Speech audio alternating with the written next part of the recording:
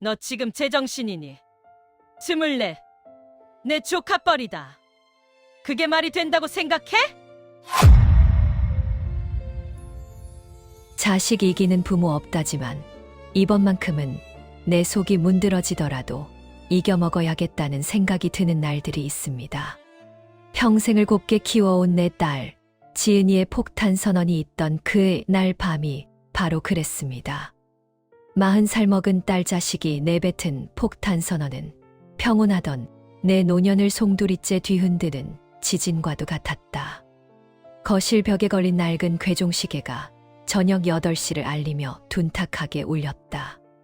식탁 위에는 갓 끓여낸 된장찌개 뚝배기가 보글거리고 있었지만 마주 앉은 나와 딸 지은이 사이에는 차가운 침묵만이 감돌았다.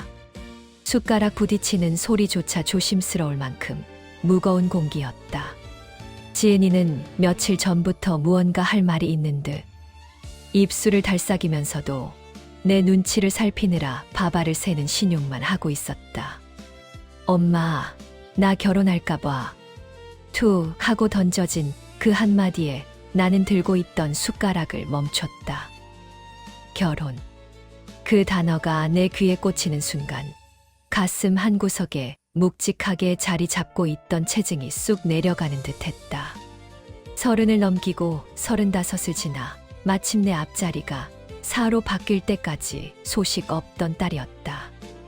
남들은 손주 재롱의 시간 가는 줄 모른다며 자랑을 늘어놓을 때 나는 애써 태어난 척하며 요즘 애들은 능력이 좋아서 혼자 사는 게 더 편하대라고 둘러대기 바빴다. 하지만 속으로는 얼마나 애가 탔던가.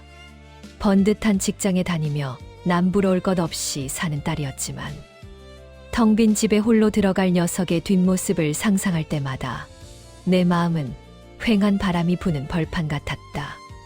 그래, 잘 생각했다. 어떤 사람이니? 회사 동료야? 아니면 선이라도 본 거야? 반가운 마음의 목소리가 절로 한 톤 높아졌다. 하지만 지은이의 표정은 어두웠다.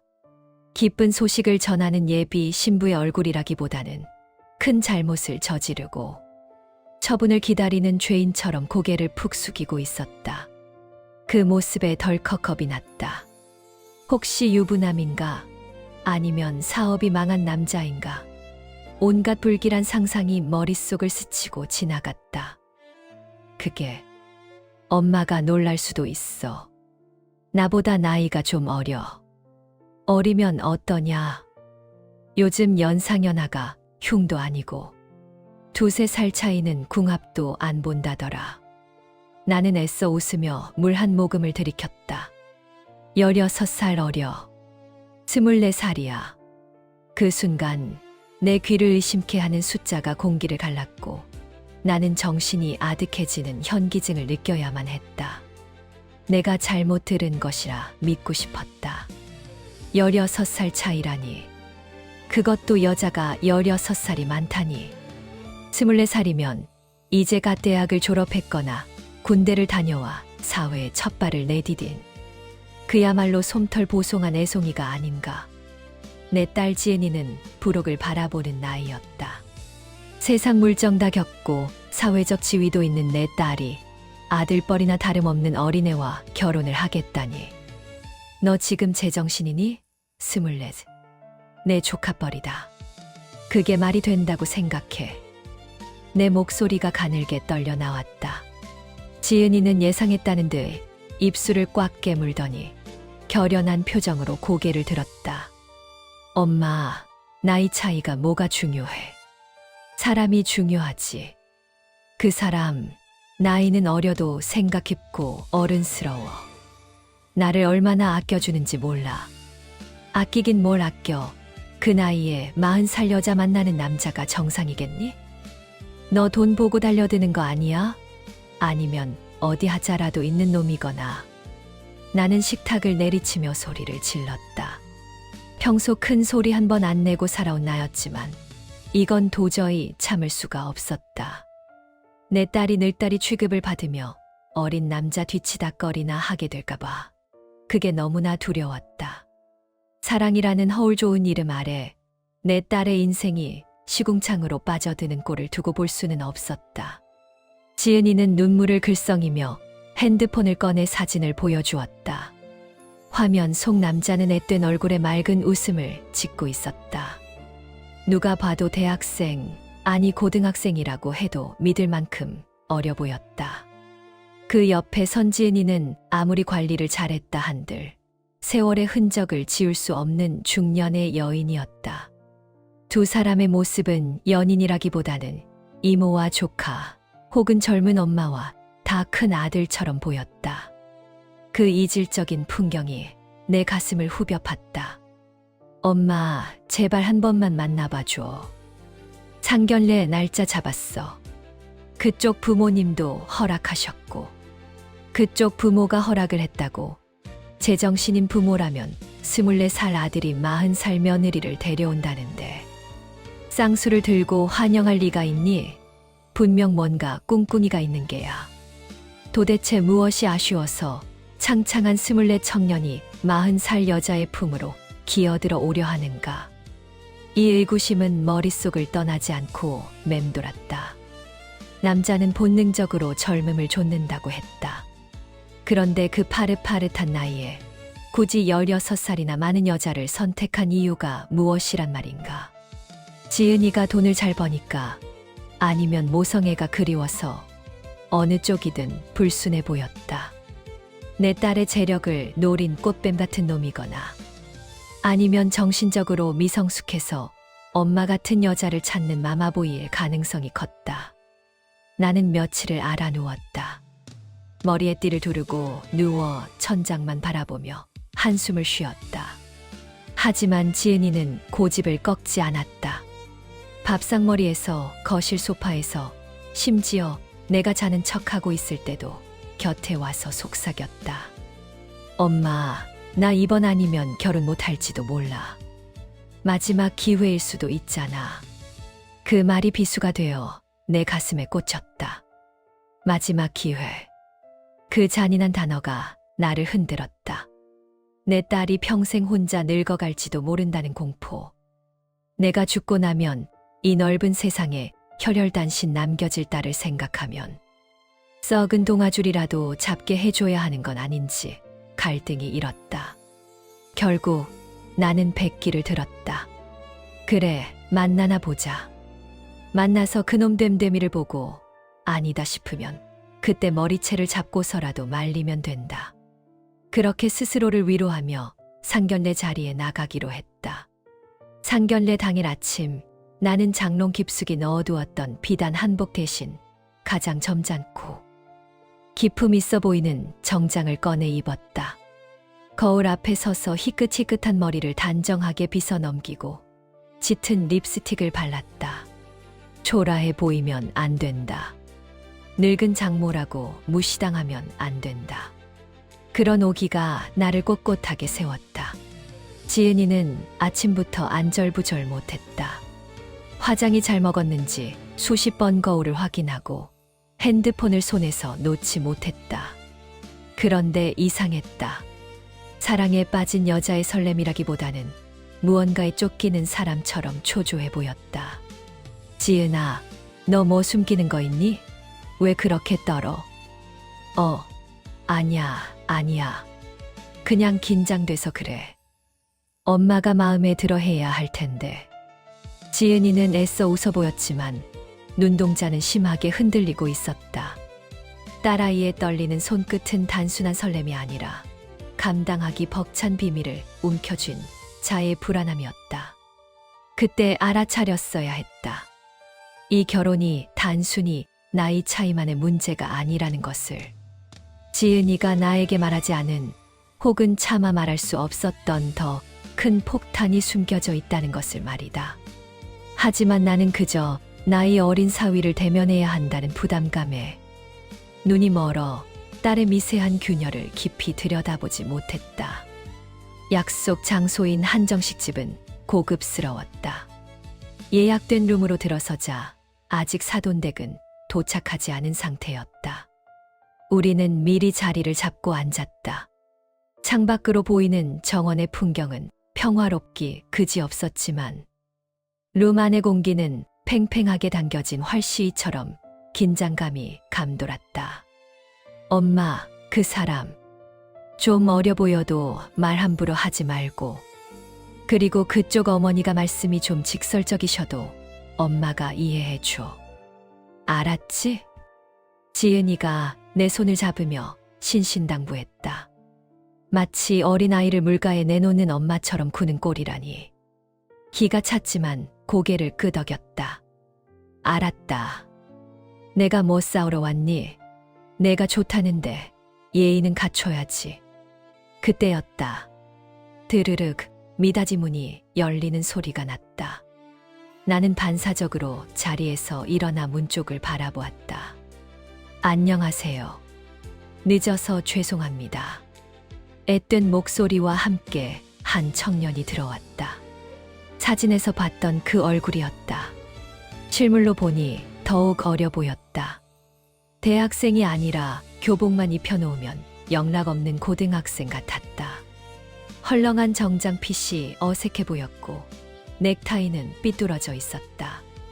그런데 내 시선은 그의 얼굴이 아닌 다른 곳에 고정되고 말았다.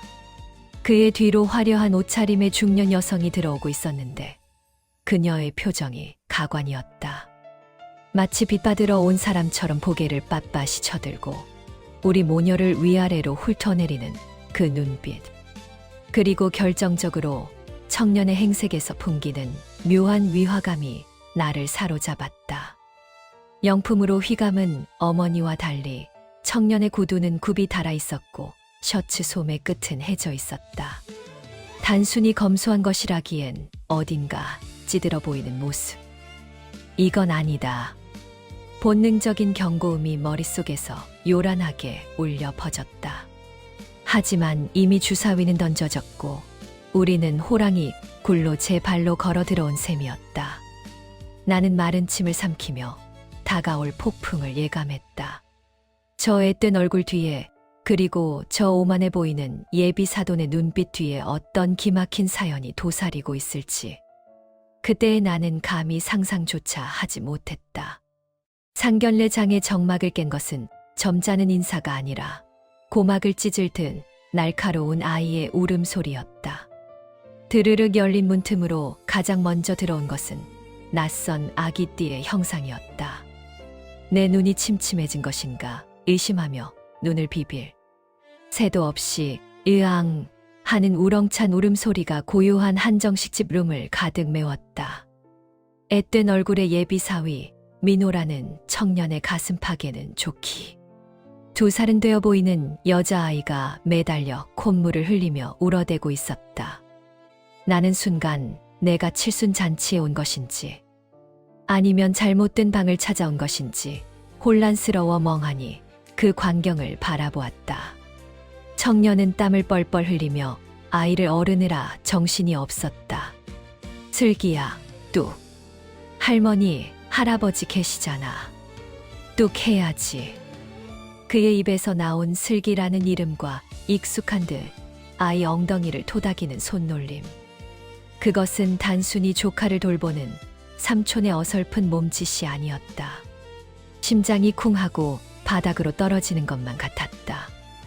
아이의 울음소리 때문이 아니라 저 어린 청년이 그 작은 생명을 안고 있는 폼이 너무나 익숙하고 능숙해 보였기 때문이다. 그것은 필시 제 핏줄을 안아본 아비만이 가질 수 있는 본능적인 태도였다. 나는 떨리는 손으로 물잔을 꽉 쥐었다. 옆에 앉은 딸 지은이를 쳐다보았다. 지은이는 내 시선을 피하며 고개를 푹 숙인 채 테이블보의 무늬만 손가락으로 따라가고 있었다. 저 아이는 알고 있었구나. 이 기막힌 상황을 미리 알고 있었으면서도 나를 이 자리에 앉혀놓은 것이구나. 배신감이 뜨거운 용암처럼 식도를 타고 치밀어 올랐다. 이게 무슨 상황입니까? 내 목소리는 차갑게 가라앉아 있었다. 예비사돈 민호의 어머니라는 여자는 그제야 거만한 표정으로 자리에 앉으며 명품 가방을 테이블 위에 턱하니 올려놓았다. 아유, 우리 손녀가 낯을 좀 가려서요. 인사드려라. 네, 장모님 되실 분이다. 장모님이라니. 아직 물 한 모금 제대로 넘기지 않은 내게 장모라니. 나는 기가 차서 헛웃음이 나올 지경이었다. 민호는 아이를 겨우 진정시키고는 쭈뼛거리며 내 앞에 섰다. 아이는 눈물 젖은 눈으로 나를 말똥말똥 쳐다보고 있었다. 죄 없는 아이의 눈망울이 맑아서 더 가슴이 미어졌다. 죄송합니다, 어머님. 제가 미리 말씀을 못 드렸습니다. 제 딸, 슬기입니다. 딸, 자네 지금 딸이라고 했나? 24살이라며. 미혼이라며. 나는 참지 못하고 언성을 높였다. 민호는 고개를 조아렸다. 21살에 사고를 쳐서 일찍 결혼했었습니다. 아이 엄마랑은 작년에 헤어졌고요. 제가 키우고 있습니다. 돌싱, 이혼남, 애 아빠. 24살이라는 나이에 붙기에는 너무나 가혹하고 무거운 딱지들이 내 귀를 때렸다. 내 딸 지은이는 초혼이었다. 40이 넘도록 공부하고 일하느라 연애 한 번 제대로 못 해보고 그저 성실하게만 살아온 내 딸이었다. 그런데 이제 와서 16살 어린, 그것도 핏덩이 같은 자식이 딸린 이혼남과 결혼을 하겠다고? 지은이 너 이거 알고 있었니? 나는 딸을 향해 물었다. 제발 몰랐다고 속았다고 말해주길 바랐다. 그러면 당장이라도 이 자리를 박차고 나가 경찰서에 사기 결혼으로 고소라도 할 테니까. 하지만 지은이는 기어들어가는 목소리로 대답했다. 응, 알고 있었어. 알고 있었다고. 내가 제정신이야? 애 엄마 노릇이 소꿉장난인 줄 알아? 남의 자식 키우는 게 얼마나 뼈를 깎는 고통인지 알기나 하냐고. 엄마, 그 사람 착해. 슬기도 나 잘 따르고. 우리 서로 사랑해. 내가 다 감당할 수 있어. 사랑. 그놈의 사랑 타령. 지은이의 눈에는 이미 콩깍지가 단단히 씌어 있었다. 하지만 내 눈에는 보였다. 사랑이라는 달콤한 포장지 속에 감춰진 고단한 가시밭길이. 24살 남자와 40살 여자의 결합도 모자라 전처의 자식까지 떠안아야 하는 삶. 그것은 결혼이 아니라 희생이고 봉사였다. 칼날보다 더 깊숙이 파고드는 배신감은 딸아이의 침묵이 두려움 때문이 아니라 현실과 마주하면 어쩔 수 없이 받아들일 것이라는 계산된 희망이었다는 사실이었다. 엄마인 내가 결국은 자식의 행복을 위해 져줄 것이라는 그 얄팍한 믿음이 나를 더욱 비참하게 만들었다.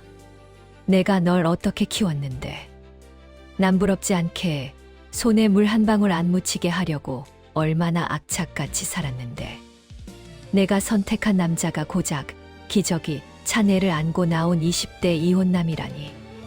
그때 맞은편에서 혀를 차는 소리가 들렸다. 예비 사돈이었다. 그녀는 찻잔을 우아하게 들어 올리며 짐짓 여유로운 표정을 지었다. 사돈, 너무 그렇게 흥분하지 마세요. 요즘 세상에 흠이랄 것도 없지 않습니까? 우리 민호가 좀 일찍 경험했을 뿐이지. 남자로서 구실 못하는 것도 아니고. 오히려 책임감 강하다고 칭찬해줘야 하는 거 아닌가요? 책임감이요. 책임감 있는 남자가 24살에 이혼을 하고 애를 안고 나옵니까? 그리고 이걸 속이고 상견례 자리에 나오는 게 책임감입니까? 속이다니요. 지은 양은 다 알고 있었는데. 그리고 솔직히 까놓고 말해서 지은 양 나이가 적은 것도 아니지 않습니까? 40 넘은 노처녀가 어디 가서 이런 파릇파릇한 영계 만날 수 있을 것 같아요? 우리 아들이니까 걷어주는 거지. 내 귀를 의심했다. 걷어준다니. 지금 이 여자가 무슨 말을 짓거리는 것인가? 피가 거꾸로 솟는다는 말이 무슨 뜻인지 실감했다. 내 금쪽 같은 딸을 유통기한 지난 재고 상품 취급하며 걷어준다고 표현하는 저 뻔뻔함에 말문이 막혔다. 그러나 더 기가 막힌 것은 지은이의 반응이었다. 그 모욕적인 말을 듣고도 지은이는 화를 내기는커녕 민호의 눈치만 살피며 안절부절 못하고 있었다. 어머니, 말씀이 좀 지나치세요. 민호가 기어들어가는 목소리로 제 어미를 말렸지만 그뿐이었다. 강하게 제지하지도 우리에게 사과하지도 않았다. 그저 곤란한 표정으로 아이의 등만 쓸어내릴 뿐이었다. 우유부단함. 그 짧은 순간에도 남자의 무능함이 여실히 드러났다. 제 어미의 귀에 눌려 찍소리도 못하는 마마보이의 전형이었다. 내 딸이 말하던 사랑이라는 것이 고귀한 제 인생을 기저귀. 빨래와 계모 노릇이라는 진흙탕으로 끌고 들어갈 족쇄에 불과하다는 생각에 눈앞이 캄캄해졌다. 나는 떨리는 손으로 물잔을 들어 단숨에 들이켰다. 찬물이 식도를 타고 내려갔지만 속에서 타오르는 불길은 잡히지 않았다. 오히려 기름을 부은 듯 더 활활 타올랐다. 이 결혼은 미친 짓이다. 이건 결혼이 아니라 내 딸을 산 제물로 바치는 의식이나 다름없었다. 하지만 지금 당장 자리를 박차고 나가기엔 지은이의 눈빛이 너무나 간절했다. 엄마, 제발. 그 눈빛이 내 발목을 잡았다. 그래, 드러나 보자. 도대체 얼마나 더 기막힌 소리를 늘어놓을지, 바닥이 어디인지 확인이나 해보자. 오기가 생겼다. 그래서 아이는 누가 키웁니까? 자네는 아직 학생이나 다름없고 지은이도 직장 생활하느라 바쁜데. 내가 짐짓차분하게 묻자 예비 사돈의 눈이 번뜩였다. 마치 이 질문을 기다렸다는 듯 그녀의 입꼬리가 비릿하게 올라갔다. 아유, 그거야 당연히 여자가 해야죠. 근데 우리 며느리가 밖에서 돈을 잘 번다면서요? 능력 있는 며느리 뒀으니 아들이 내조하는 것도 나쁘진 않겠지만 그래도 남자가 기죽으면 안 되잖아요. 그래서 말인데. 그녀는 뜸을 들이며 나를 빤히 쳐다보았다. 그 눈빛에는 탐욕이 이글거리고 있었다. 우리 애는 아직 공부도 더 해야 하고 사회생활 준비도 해야 하니 애는 사돈이 좀 봐주시면 안 되겠어요? 어차피 은퇴하고 집에서 노신다면서요. 나는 내 귀를 의심했다. 며느리는 돈 벌어오고 시어머니는 뒷짐지고 친정엄마인 나더러 전 사위의 자식, 피 한 방울 섞이지 않은 남의 핏줄을 키우라는 소리였다. 이것은 부탁이 아니었다. 당연한 권리인 양 요구하는 강요였다. 상견례 자리에 나온 음식들은 이미 차게 식어 빠져 있었지만 내 머릿속은 펄펄 끓는 용광로처럼 뜨거워졌다. 눈앞에 앉은 저 앳된 청년과 탐욕스런 그의 어미, 그리고 멍청하게 앉아있는 내 딸. 이 기괴한 삼각 구도 속에서 나는 정신을 똑바로 차려야만 했다. 여기서 무너지면 내 딸의 인생은 끝장이다. 나는 식탁 아래로 주먹을 꽉 쥐었다. 손톱이 살을 파고드는 고통이 느껴졌지만 그 고통만이 나를 이성적으로 붙들고 있었다. 아직 끝나지 않았다. 저들의 뻔뻔함은 이제 막 서막을 올렸을 뿐이었다. 젊음이 벼슬이라지만 그것을 흥정의 도구로 삼는 순간 자식은 더 이상 자식이 아니라 매대에 올려진 상품이 되고 만다. 상견례 상 위에는 식어버린 갈비찜 위로 하얗게 기름이 엉겨붙고 있었다. 그것은 마치 내 마음속에 덕지덕지 들러붙은 불쾌감과도 같았다. 예비 사돈이라는 여자는 찻잔을 내려놓으며 입가에 묻은 물기를 우아하게 닦아냈다. 그녀의 손가락에 끼워진 굵은 알반지가 형광등 불빛을 받아 번들거렸다. 방금 전 내게 아이를 맡아달라는 뻔뻔한 요구를 던진 입술이 다시금 달싹였다. 사돈, 솔직히 말해서 우리 민호가 어디 가서 빠지는 인물은 아니잖아요?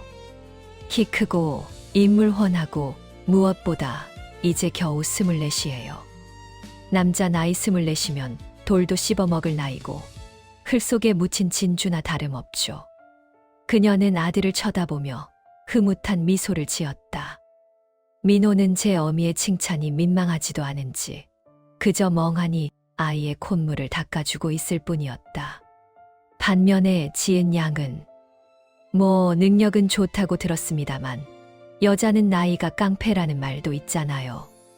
40이면 솔직히 임신도 장담 못하는 나이고 우리 민호가 그런 위험 부담까지 안고 가는 건데 그에 대한 보상은 확실해야 하지 않겠어요?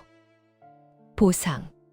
결혼을 앞두고 오가는 대화 속에 보상이라는 단어가 등장했다. 나는 내 귀를 의심했다. 사랑해서 하는 결혼이 아니라 손해를 메우기 위한 거래라는 말인가. 그녀의 논리는 기가 막힐 정도로 단순하고 폭력적이었다.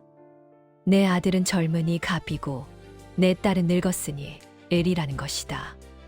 마치 인신매매의 현장에 와 있는 듯한 착각이 들 만큼 오고 가는 대화 속에는 사람에 대한 예의 대신 차가운 계산기 두드리는 소리만이 요란했다. 그래서 말인데요. 신혼집은 지은 양 명의로 된 그 아파트에서 시작하는 걸로 하죠. 대출이 좀 남았다던데 그건 친정에서 깔끔하게 정리해 주시는 걸로 알고 있겠습니다. 우리 민호가 빚더미에 앉은 집에 들어갈 수는 없잖아요? 나는 헛웃음을 삼켰다. 서울 한복판에 있는 30평대 아파트였다. 지은이가 10년 넘게 밤잠 줄여가며 일해서 장만한 피땀 어린 집이었다. 그런데 그 대출금을 나더러 갚아라. 사돈, 말씀이 좀 지나치시네요. 그 집은 우리 지은이가. 아유, 들어보세요. 아직 안 끝났어요. 그녀는 내 말을 싹둑 자르고는 말을 이었다. 그리고 민호 차 말이에요. 지금 타는 건 너무 낡아서 폐차 직전이라면서요. 젊은 애가 기죽으면 안 되니까. 이번에 결혼하면서 외제차 하나 뽑아주세요. 남자는 차가 명함이거든요. 며느리가 연상이면 남편 길을 더 살려줘야지. 안 그래요? 집 대출금 상환에 고급 외제차까지. 그녀의 요구는 거침이 없었다. 마치 맡겨놓은 돈을 찾으러 온 채권자처럼 당당했다. 나는 떨리는 손으로 물잔을 만지작거렸다. 이 여자는 지금 내 딸을 며느리로 들이려는 게 아니었다. 자신의 아들을 부양해 줄 물줄을 구하고 있는 것이었다. 젊고 철없는 아들에게 늙고 돈 많은 여자를 붙여주어 아들의 인생을 편하게 만들어주려는 속셈이 뻔히 보였다. 더욱 기가 막힌 것은 지은이의 태도였다. 평소 같았으면 불같이 화를 냈을 아이가 꿀먹은 벙어리처럼 가만히 앉아 있었다. 민호의 눈치를 살피며 예비 시어머니의 말도 안 되는 요구를 묵묵히 듣고만 있는 것이었다. 내 속이 숯검정이 되어 타들어가는 줄도 모르고 멍청한 내 딸은 그 부당한 요구 앞에서 죄인처럼 고개를 끄덕이며 노예 계약서에 도장을 찍으려 하고 있었다. 지은아, 너 지금 이 말이 무슨 뜻인지 알고나 있는 거니? 내가 번 돈으로 집 해오고 차 사주고 애까지 키우라는 소리야. 이게 결혼이니? 자선사업이지. 참다 못해 내가 소리쳤다. 지은이는 깜짝 놀라 나를 쳐다보았다. 그 눈빛에는 원망이 서려 있었다. 엄마, 제발 조용히 좀 해. 이 판 깨지면 나 어떡해. 그런 절박함이 읽혀서 나는 가슴을 쳤다. 어머님, 제가 열심히 할게요. 차는 제가 알아서 할 수 있는데. 민호가 기어들어가는 목소리로 입을 열었다. 하지만 그의 어머니는 눈을 부라리며 아들의 허벅지를 꼬집었다. 넌 가만히 있어. 이게 다 너를 위해서 하는 소리야. 내가 아직 세상 물정을 몰라서 그래. 처가 덕 좀 보는 게 뭐 어때서? 요즘은 처가 말뚝에 절한다는 말도 못 들어봤니? 그녀는 다시 나를 향해 고개를 돌렸다. 표정은 여전히 거만했지만 눈빛은 더욱 탐욕스럽게 번들거렸다. 사돈, 솔직해집시다. 지은 양, 이 나이에 어디 가서 좋은 남자 만나겠어요. 게다가 우리 민호는 이미 검증된 시도 있잖아요. 슬기 말이에요. 요즘 불임이다 뭐다 해서 난리인데 손녀까지 덤으로 얻는 건데 고마워하셔야죠. 대가 끊길 걱정은 없어진 거 아닙니까?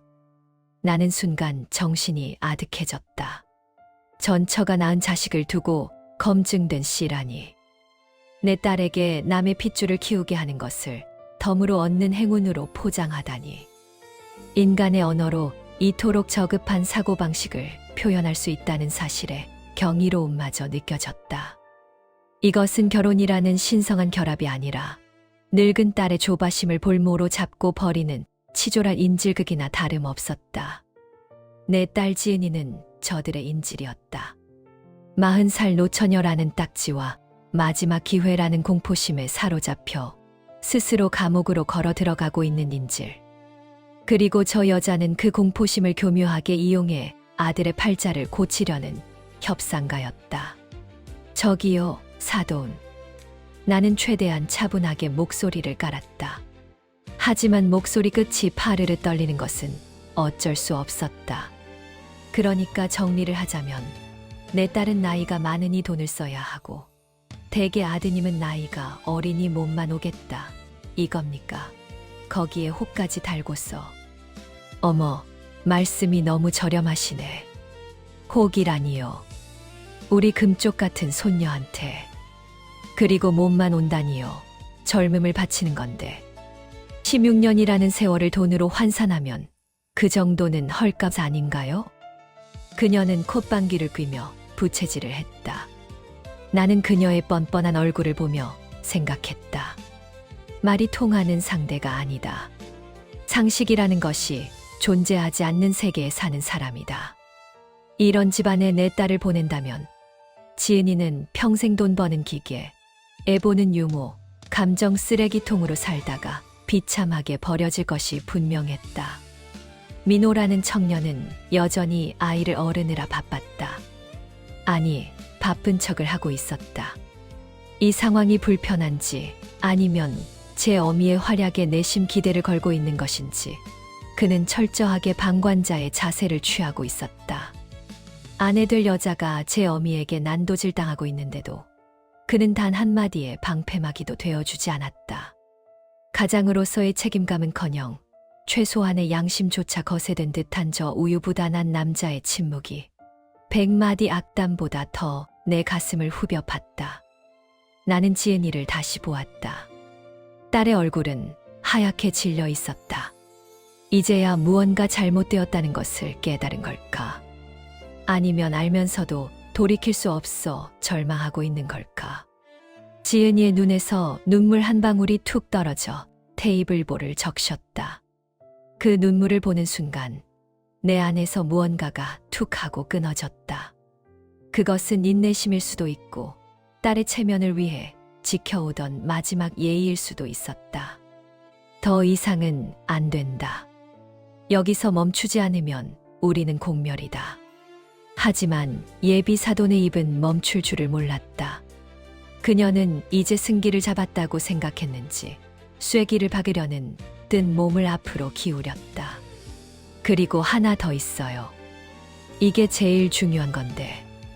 그녀의 입에서 나올 다음 말이 무엇이든 그것은 이미 내 인내의 한계선을 넘어선 뒤였다. 나는 식탁 아래로 쥔 주먹에 온 힘을 실었다.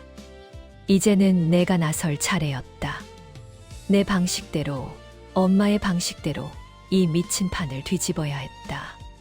사람의 혀가 칼보다 무섭다지만 그날 그 여자의 입에서 나온 말은 내 남은 생을 송두리째 도려내려는 작두날과도 같았다. 예비 사도는 마치 선심이라도 쓰듯 혹은 아주 합리적인 제안을 하듯 목소리를 한 톤 낮추며 몸을 테이블 쪽으로 바짝 당겼다. 그녀의 입가에 걸린 미소는 비릿했고 눈빛은 먹잇감을 앞에 둔 맹수처럼 번들거렸다. 사돈, 우리 솔직해집시다. 지은이는 지금 한창 회사에서 잘 나가는 임원급이라면서요. 그 나이에 경력 단절되면 다시 일하기 힘들잖아요. 돈 버는 기계가 멈추면 집안 경제가 어떻게 되겠어요? 돈 버는 기계. 내 딸을 지칭하는 그 천박한 단어 선택에 가슴이 철렁 내려앉았다. 하지만 그녀는 아랑곳하지 않고 말을 이었다. 반면에 우리 민호는 아직 어려요.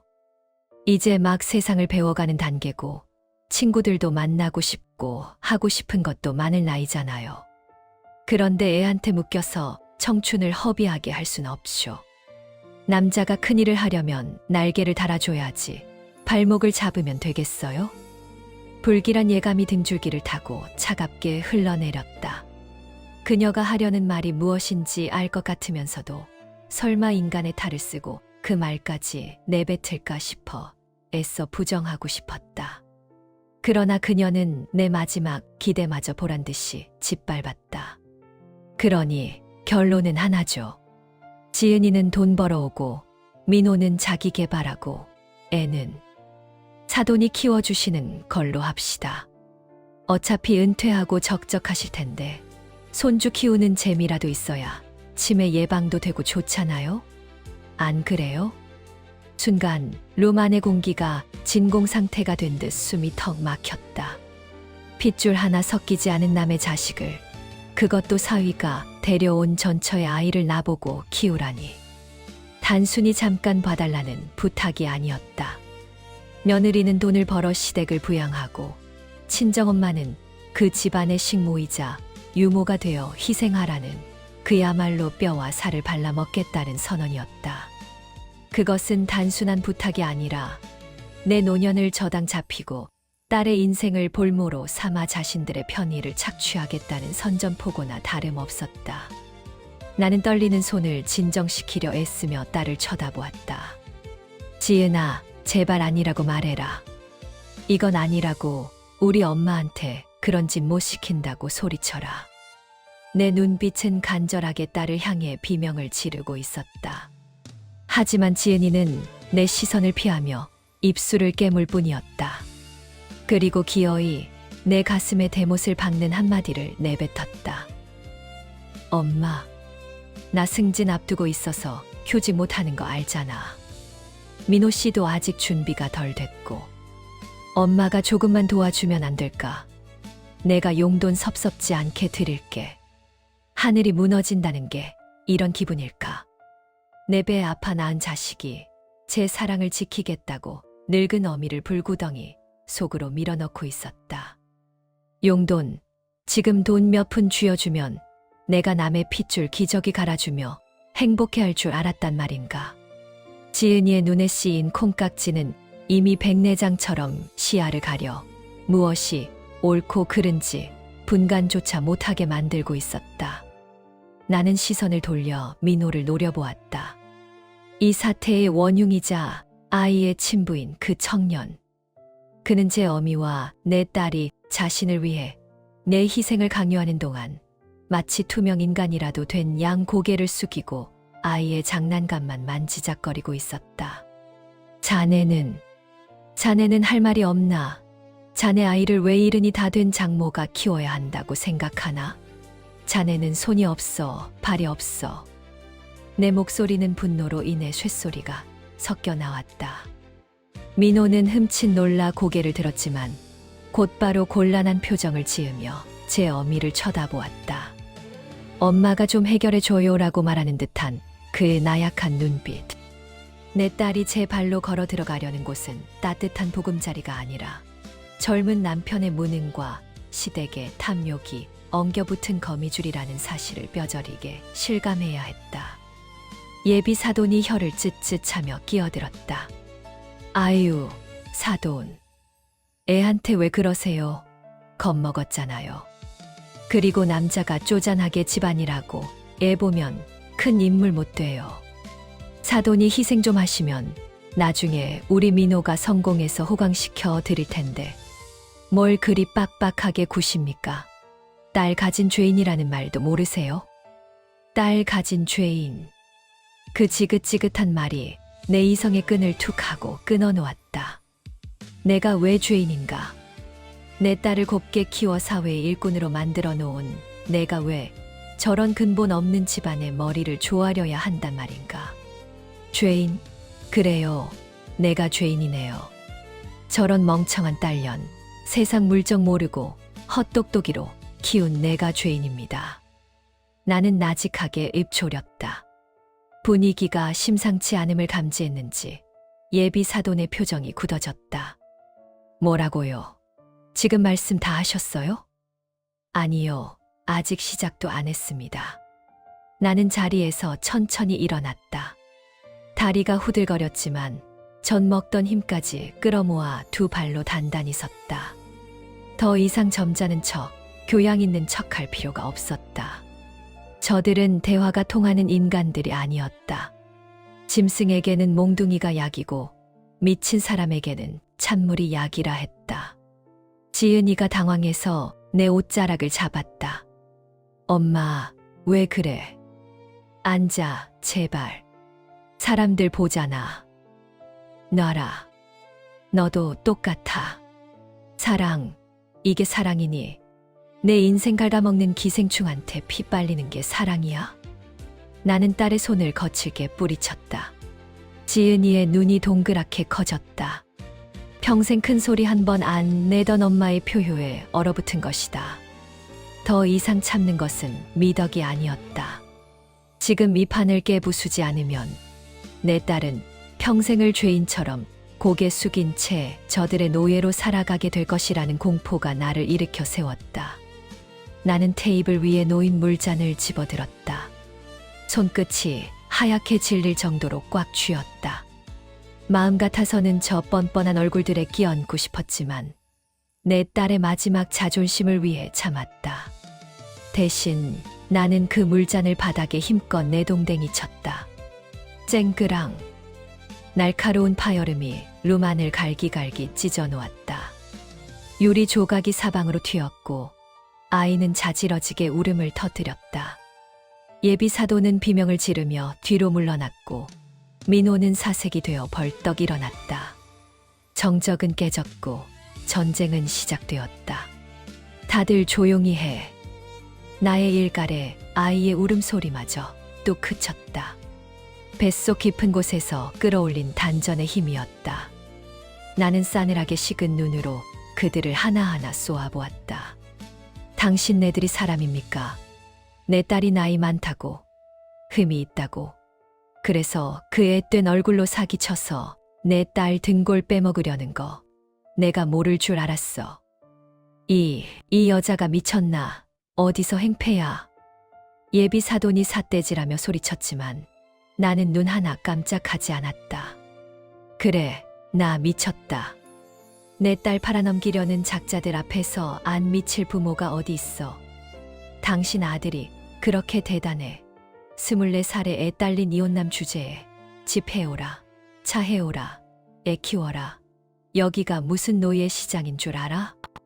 나는 거친 숨을 몰아쉬며 아직 상황 파악 못하고 멍하니 서 있는 민호를 향해 손가락질했다. 그리고 너, 사내 자식이 부끄러운 줄을 알아야지. 내 새끼 내가 건사할 능력도 없으면서 결혼, 사랑, 웃기지 마라. 넌 그냥 밥 줘, 돈 줘, 애 키워줘 할 엄마가 필요한 거잖아. 내 딸이 내 엄마냐? 민호의 얼굴이 홍당무처럼 붉게 달아올랐다. 반박 한마디 못하고 입만 벙긋거리는 꼴이 가관이었다. 나는 마지막으로 눈물범벅이 된 지은이를 내려다보았다. 불쌍하고 어리석은 내 딸. 하지만 지금은 동정할 때가 아니었다. 썩은 살은 도려내야 새살이 돋는 법이다.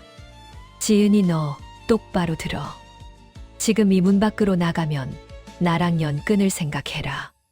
저런 놈이랑 살 바엔 평생 혼자 늙어 죽는 게 나아. 엄마가 그렇게 놔둘 거야. 나는 핸드백을 챙겨 들었다.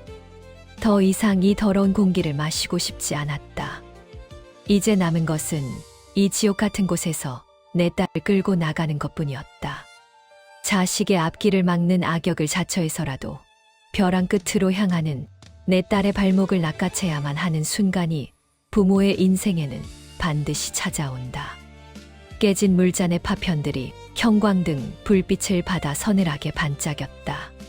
식당 안은 폭격을 맞은 듯 고요했지만 내 가슴 속에서는 수십 년간 묵혀온 활화산이 터지고 있었다. 나는 숨을 고르며 공포와 당혹감으로 얼룩진 예비 사돈의 얼굴을 똑바로 응시했다. 방금 전까지 기세등등하게 내 딸을 노예 취급하던 그 오만함은 온데간데 없고 예상치 못한 반격의 입을 딱 벌린 꼴이 우스꽝스럽기 짝이 없었다. 사돈 나니 댁 같은 사람에게 사돈이라는 호칭도 아깝지. 잘 들으시오. 내 딸 지은이는 40살 먹은 노처녀가 아니라 제 힘으로 인생을 일구고 사회에서 인정받는 귀한 인재요. 당신 아들 24살 젊음 하나 믿고 덤비는 모양인데 그 젊음이 벼슬이 아니라 무능을 가리는 포장지라는 걸 왜 모르시오? 나는 테이블을 짚고 몸을 앞으로 숙였다.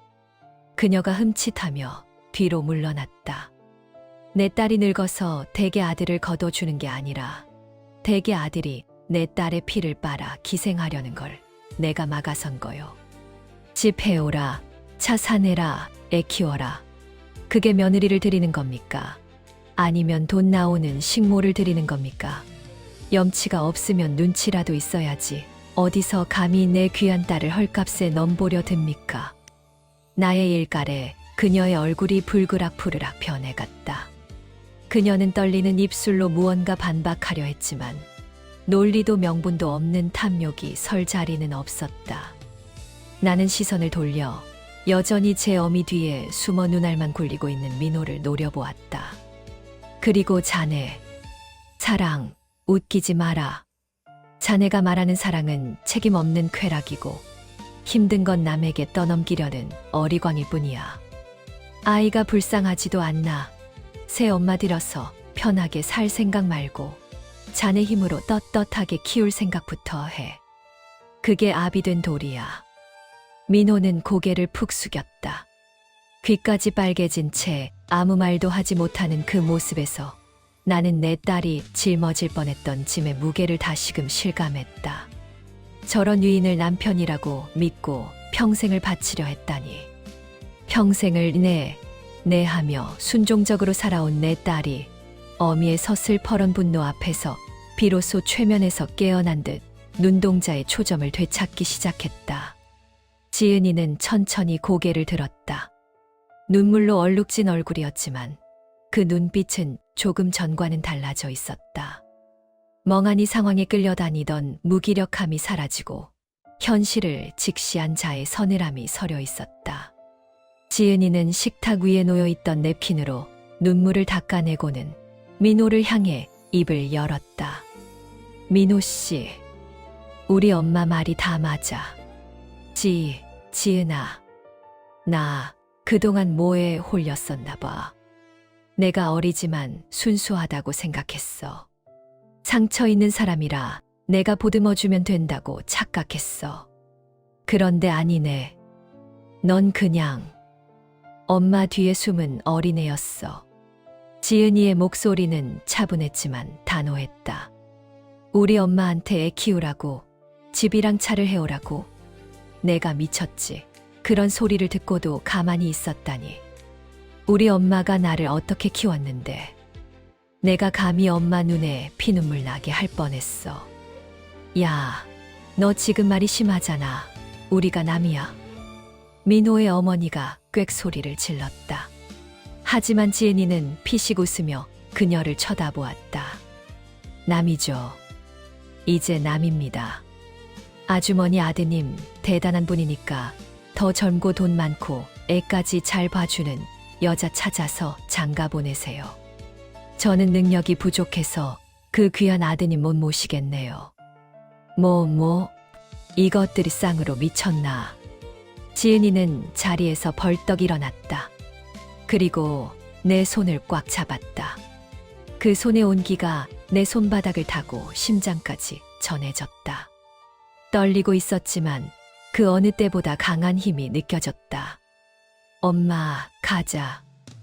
나 배고파. 여기서 밥 못 먹겠어. 체할 것 같아. 그래, 가자. 엄마가 맛있는 거 사줄게. 나는 핸드백을 어깨에 메고 딸의 손을 잡았다. 우리는 마치 개선장군처럼 당당하게 몸을 돌렸다. 뒤에서 예비 사돈의 악다구니가 들려왔다. 이봐요. 이렇게 가면 끝인 줄 알아? 위자료 청구할 거야.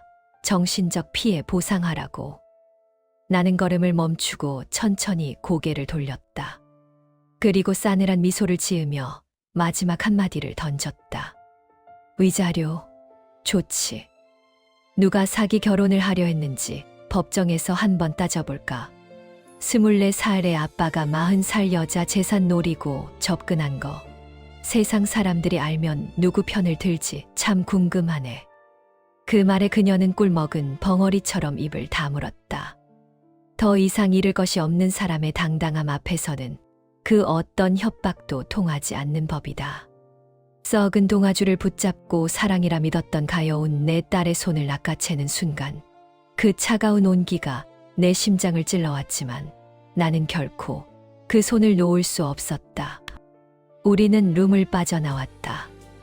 복도를 걸어가는 내내 등 뒤로 웅성거리는 소리가 들렸지만 상관없었다. 식당 문을 열고 밖으로 나오자 차가운 밤 공기가 뜨겁게 달아오른 얼굴을 식혀주었다. 도심의 네온 사인이 화려하게 반짝이고 있었고 거리는 사람들로 붐볐다. 그 평범한 풍경이 오늘따라 왜 그리도 눈물겹게 아름다워 보이는지. 지은이는 한참을 말없이 걷다가 벤치에 털썩 주저앉았다. 그리고 참았던 울음을 터뜨렸다. 이번에는 서러움의 눈물이 아니라 안도와 후회의 눈물이었다. 엄마, 미안해. 내가 잘못했어. 엄마 말 안 듣고 고집 부려서. 나 때문에 엄마가 그 수모를 겪고. 나는 딸의 옆에 앉아 어깨를 감싸 안았다. 작게 떨리는 어깨가 안쓰러웠다. 아니다. 내가 잘못한 게 뭐 있어. 사람 보는 눈이 좀 없었던 거지. 그리고 똥 밟았다 생각하고 털어버려. 인생 길다. 40, 야, 엄마 나이 되어봐라. 40이면 갓난쟁이야. 다시 시작하면 돼. 엄마. 지은이는 내 품에 얼굴을 묻고 엉엉 울었다. 나는 딸의 등을 토닥이며 밤하늘을 올려다보았다. 시커먼 구름 사이로 달빛이 희미하게 비치고 있었다. 그래, 비가 온 뒤에 땅이 굳는다고 했다. 오늘 겪은 이 진흙탕 같은 일들이 내 딸을 더 단단하게 만들어줄 것이다. 그리고 그 곁에는 언제나 내가 있을 것이다. 악역을 자처해서라도 세상 모든 비바람을 막아주는 우산이 되어줄 것이다. 지은아, 우리 뜨끈한 국밥이나 한 그릇 하러 갈까? 속이 다 시원해지게. 내 말에 지은이가 눈물 젖은 얼굴을 들고 피식 웃었다. 응, 엄마. 소주도 한잔 할래. 그래, 좋다. 오늘 엄마가 쏜다. 우리는 서로의 손을 꼭 잡고 다시 걸음을 옮겼다. 뒤에서 들려오는 악다구니는 마치 패배한 짐승의 비명처럼 들렸고 우리는 그 소란을 뒤로 한 채 단 한 번도 뒤돌아보지 않고 당당하게 걸음을 옮겼다. 딸아이의 손은 따뜻했다. 그 온기만 있다면 세상 그 어떤 시련도 두렵지 않을 것 같았다. 우리는 그렇게 서로를 의지하며 어둠을 뚫고 빛나는 거리 속으로 걸어 들어갔다. 내 딸의 인생은 이제 막 진짜 시작이었다. 그리고 나의 역할은 그 시작을 가장 든든하게 지켜주는 버팀목이 되는 것. 그것으로 충분했다. 오늘 밤은 다리를 뻗고 잘 수 있을 것 같다. 내 귀한 딸을 지켜냈으니까. 그것만으로도 내 인생은 충분히 성공한 인생이니까. 끝까지 함께 해주셔서 진심으로 감사드립니다. 항상 건강하고 행복하세요.